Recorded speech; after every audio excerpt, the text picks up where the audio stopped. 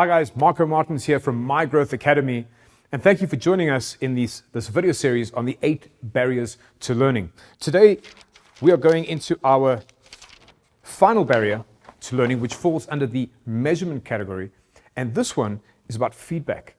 How many of you do not like being told when you're doing something wrong? Okay, great. Well, here's the thing about feedback. Feedback is always happening. I'll never forget when I was a teenager, I went on holiday with my parents and we went for this wonderful morning walk on the beach, and it was my family and a friend's family, and I was walking along the beach, and becoming a teenager, I'd recently found a group of friends that I could swear profusely with outside of my family circle, and I felt quite big, because now I could do something that adults do, maybe not in front of them, but I started swearing a lot more. Kids, if you're watching this, probably not the best idea. But anyway, we're all walking on the beach, enjoying ourselves, and next thing, I step on a thorn. And I don't step on just any thorn. I stepped on a thorn that was probably about this tall. It went right through my flip-flop and it went straight into my foot. Well, I swore in that moment, as anyone would, right? You might have cried out. But I swore in that moment, and my mother, the first thing that she said to me, I think she might have slapped me. She said, "Don't you say that." And then she said, "Are you okay?" But it was great feedback for me in that moment, because I learned a very valuable lesson about how to conduct myself within a group of people. In fact, after that, my mother gave me a couple of opportunities to reflect on what I had done.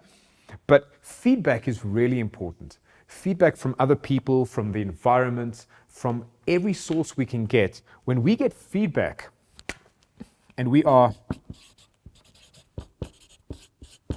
humble enough to receive it, we are able to course correct, we're able to change direction, we're able to do things differently so we can get much better results. But there's something else about feedback that you need to understand. A lot of people will give you feedback, and sometimes it'll be helpful, but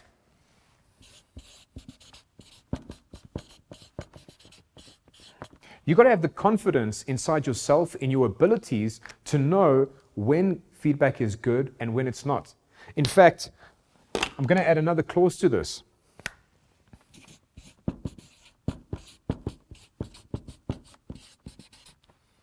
When feedback comes your way, it's always good to verify it. Take a chance to actually try it out. If someone says, "Hey, this food that you made is good, but it needed salt," well, maybe try salt out. If you decide that it's better without salt, or it needs something else, great. But have the confidence in your own abilities to verify what someone's telling you. Don't take what people tell you as the absolute truth, okay? We don't know what is true from what is not a lot of the time. Think about it. Years and years ago, we had a flat earth theory, okay? Centuries ago, people believed that if you sail too far, you would sail off the edge of the earth, until someone blew that idea out of the water. So don't be afraid to verify the feedback that you're getting to make sure that you're heading in the right direction, okay? Seek valuable sources of information, but verify it, have confidence in your ability, but most of all, humble yourself when you're wrong. Please. There are many times where I am incredibly wrong. And luckily I have my wife to keep me on track, especially when I'm angry and I talk to people badly. She'll go, "That person didn't deserve you to speak to them like that."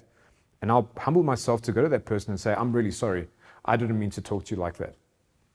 Don't be afraid to be humble. In fact, if you can do that, there's no end to the good that you can do in this world. Thank you, guys. I hope you've enjoyed this video series. I hope you've enjoyed this video. Before you leave, please subscribe to our YouTube channel, like our Facebook page, and follow us on SoundCloud. Take care, everybody. Bye-bye.